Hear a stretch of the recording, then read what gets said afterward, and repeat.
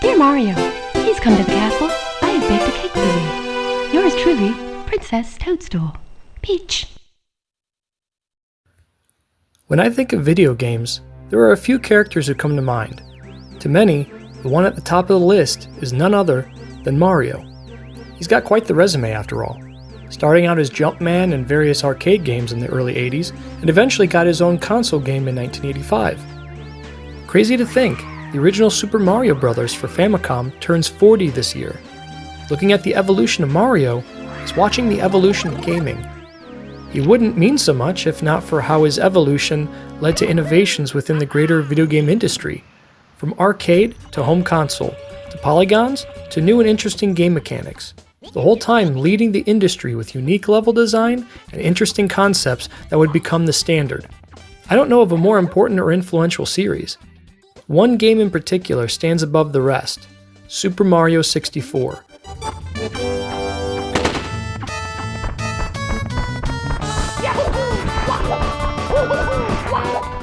When companies like Sony and Sega were searching for the next step in video game hardware, good old Nintendo stuck with Gunpei Yokoi's philosophies, including what they call lateral thinking with withered ideas, an approach where you take an old technology and turn it into something interesting.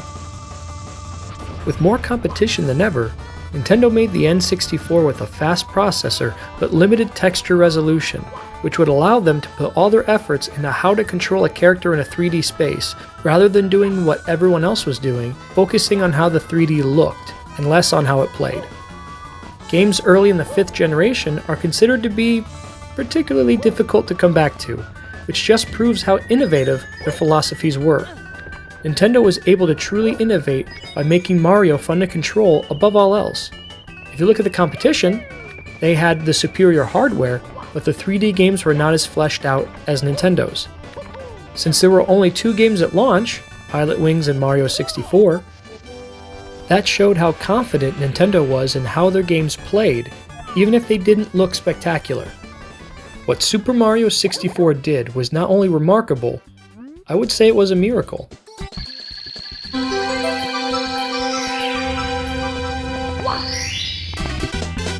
Here we go!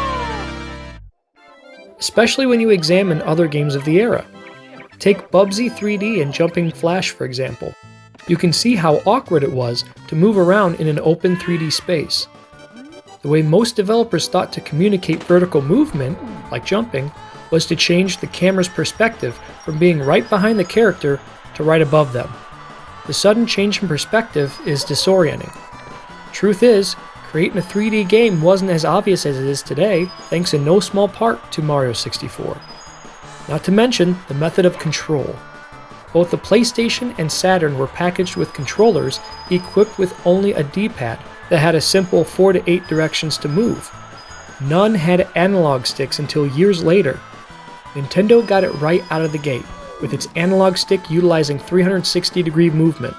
Because of this, Mario could turn on a dime, rather than require a button prompt to turn around. This was absolutely unheard of at the time.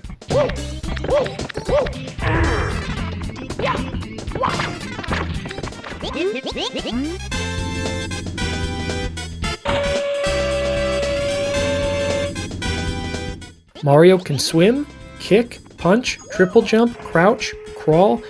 There was absolute freedom and consequence you could see, other than simply gaining or losing a life. You could get swept up by quicksand, which was quite jarring to me as a young child.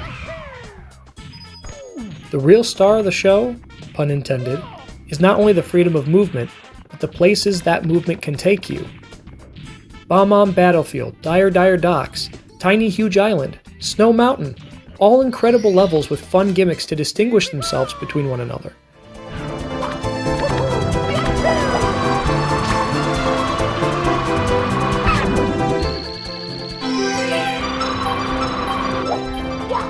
Each level's theming feels varied and fun, with new things to see and new abilities to give you more ways to accomplish any goal.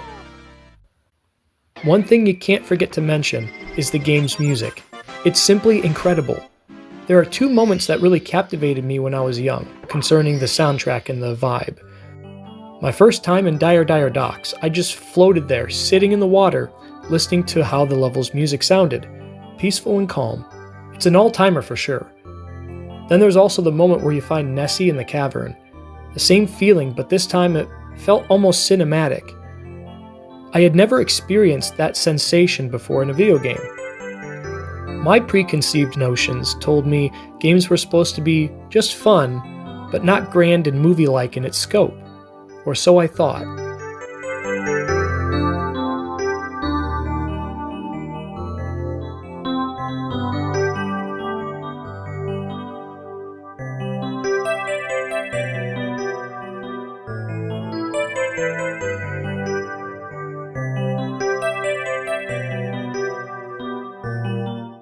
If you compare Super Mario 64 to the likes of Mario Odyssey, you will see it simply feels like an expansion of the ideas laid out in the N64 entry.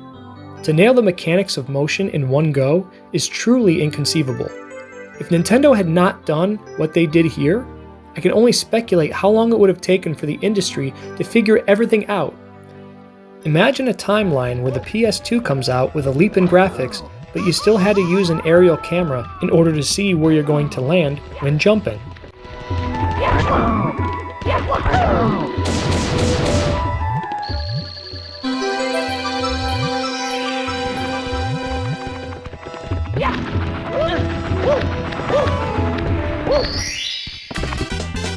Here we go!